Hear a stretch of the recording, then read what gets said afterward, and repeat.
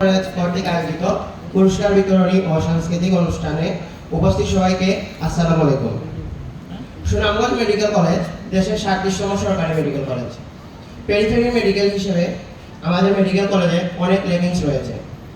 অত্যন্ত দুঃখের সাথে বলতে হচ্ছে, আমাদের হসপিটাল সুবিধা না থাকায়, আমাদের ওয়ার্ড তেমন না হওয়ায় আমাদের ক্লিনিক্যাল নলেজগুলো পরিপূর্ণ হচ্ছে না।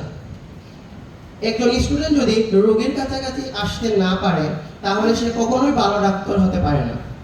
বলা হয়ে থাকে, only MBBS will make you a doctor, but to be a good physician you must have proper skill and practice.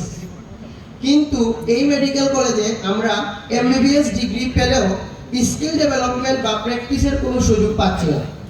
যেখানে সবাই থার্ড ইয়ার থেকে রোগীর কাছাকাছি যাইতে পারে, সেখানে আমরা কিছুই পাচ্ছি না।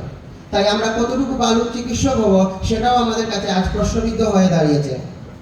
এমতো অবস্থায় আমি প্রধান অতিথি অধ্যাপক ডাক্তার মোহাম্মদ জিয়াউর রহমান চৌধুরী স্যারের কাছে সব শিক্ষার্থীদের পক্ষ থেকে একটা অনুরোধ করব। আপনি যদি উসমানী মেডিকেল কলেজ হাসপাতালে আমাদের ওয়ার্ড প্লেসমেন্টের সুযোগ করে দিতেন, তাহলে আমরা অনেক উপকৃত হতাম। স্যার, আপনি তো আমাদের অভিভাবকের মতো, আপনি চাইলেই আমাদের এই সুযোগটুকু করে দিতে পারেন।